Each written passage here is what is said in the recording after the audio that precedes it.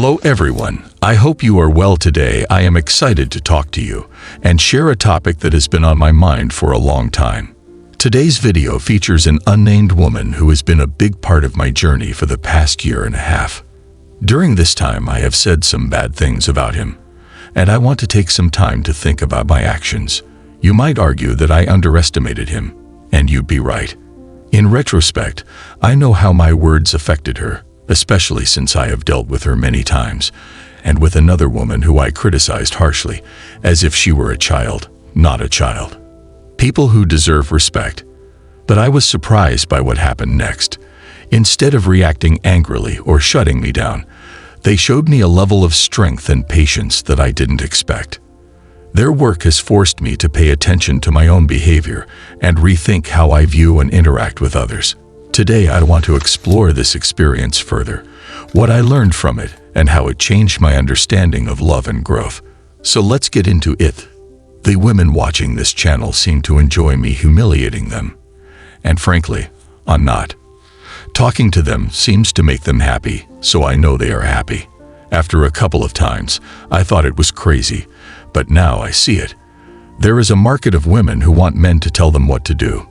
They are so passionate about training and delivery that they pay. I hear that some feminists want men to rule, but what happens when a generation of so-called feminists wants to replace them? I have found that men make women happy by making them uncomfortable. They enjoy our frustration. It's annoying. My male listeners send programs and I give them what they want. But the women who send me projects don't really want me to answer their questions. They're not happy. Instead, they want me to take their research, undermine it, and call it nonsense.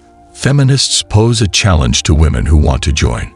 No one likes to put them down because they are often rejected by society, which makes them more aggressive until people come back.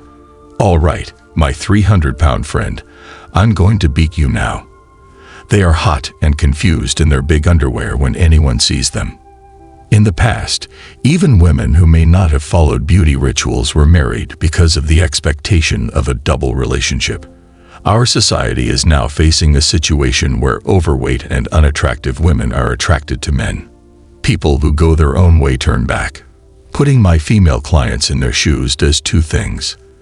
They post angry messages to create more controversy, but they also claim that their messages are private and expect me to share my concerns with others.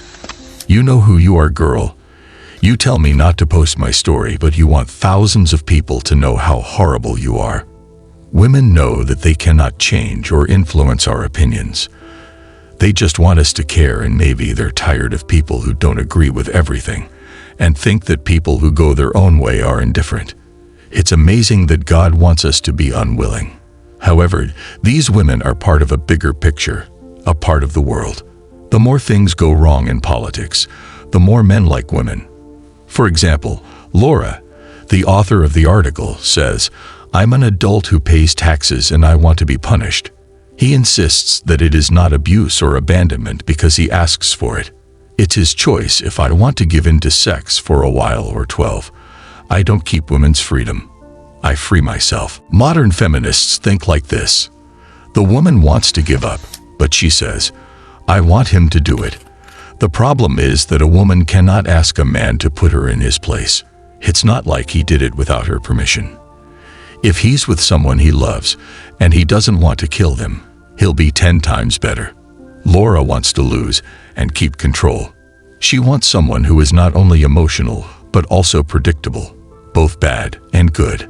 This is a paradox, so he cannot do it. Women often wonder how men are placed in their positions. They like it when people lose control and give up. Men are socialized to ask for permission first, but women can refuse that permission. They seek security beyond human rejection. When women get what they don't want, they lose it. Some of the women I've met have the power to love and prefer to put a man in his shoes rather than their own. Interestingly, 2 of the 3 women who supported the LGBTQ movement mocked me as if I had taken the romantic spot. Men who criticize women are like parents who criticize children.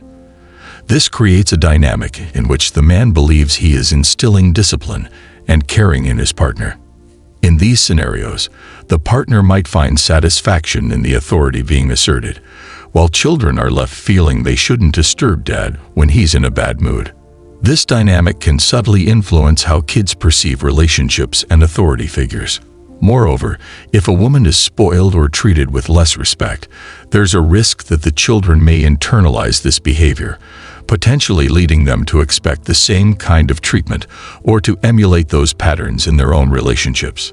It's crucial to foster an environment where respect and understanding are at the forefront, rather than discipline that resembles a parent-child dynamic.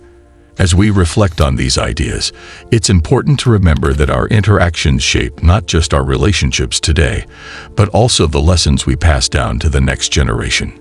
Let's strive for mutual respect and understanding, and create a healthy dynamic for all. That's it for today. Thank you for the opportunity to share these thoughts. I really appreciate your support, and I hope to continue this story in the next video. So you see,